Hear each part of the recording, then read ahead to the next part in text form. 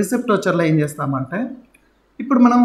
customers దగ్గర నుంచి కావచ్చు లేదంటే బ్యాంక్స్ ద్వారా కావచ్చు మనం ఏదైనా అమౌంట్ కానీ రిసీవ్ చేసుకుంటాం కదా అంటే బ్యాంకులకైనా రాని యూపీఐ ద్వారా అయినా రాని any mode of the amount you should be received from any one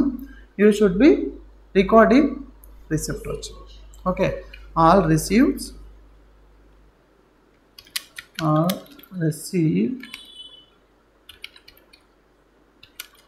should recording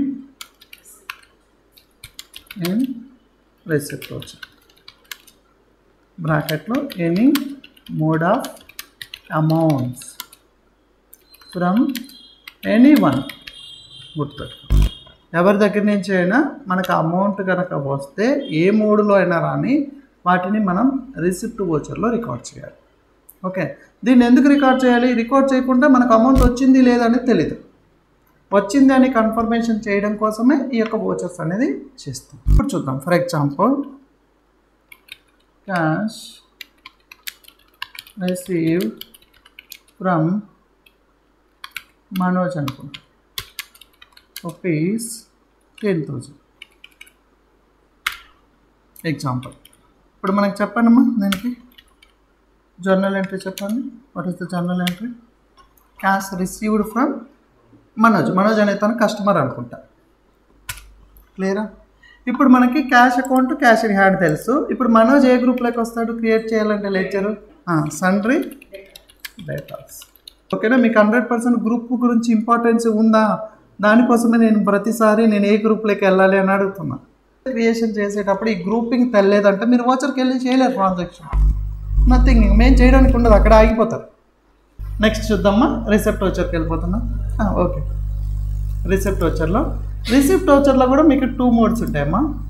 double entry single entry double ఎంట్రీకి వెళ్ళిపోండి డోంట్ వరీ ఇక్కడ మీరు ఇక్కడ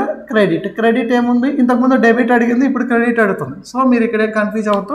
ఇక్కడ క్రెడిట్ ఉందా డెబిట్ ఉందా అది మీరు చూసుకోండి ఇప్పుడు నాకు క్రెడిట్ ఉంది కాబట్టి నాకు క్రెడిట్లో ఏముంది మనోజ్ ఉన్నాడు సో మనోజ్ లెడ్జర్ ఉందా ఇక్కడ ఏం చేయాలి ఇప్పుడు క్రియేట్ చేయాలి షార్ట్కట్ కీ చెప్పండి ఆల్ట్ సి ఓకే మనోజ్ ఏంటి సో అండర్ అంటే ఏంటి ఏ గ్రూప్లోకి వస్తాడు సండ్రీ డేటార్స్ మన యొక్క కస్టమర్స్ని డేటార్స్ అంటాం సప్లయర్స్ని క్రెడిటార్స్ అంటాం ఇక్కడ వాళ్ళ అడ్రస్ అవన్నీ ఇచ్చేసుకోవచ్చమ్మా అంటే ఇన్ఫర్మేషన్ మనకు ఉంటుంది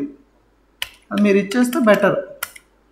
ఓకే ఇప్పుడు ఎంత అమౌంట్ మనం రిసీవ్ చేసుకుంటున్నాము 10,000 మీరు ఒకసారి అబ్జర్వ్ చేశారా ఇక్కడ క్రెడిట్ ఉంది కాబట్టి ఆటోమేటిక్గా క్రెడిట్ కాలంకి వెళ్ళింది ఒకవేళ డెబిట్ ఉంటే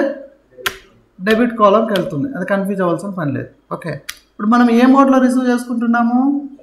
క్యాష్ ఒకవేళ బ్యాంక్ ద్వారా రిసీవ్ చేసుకుంటే బ్యాంక్ క్లియరా క్యాష్ ఇక్కడ being cash received from Manoj అని రాసుకోండి ఓకే నెక్స్ట్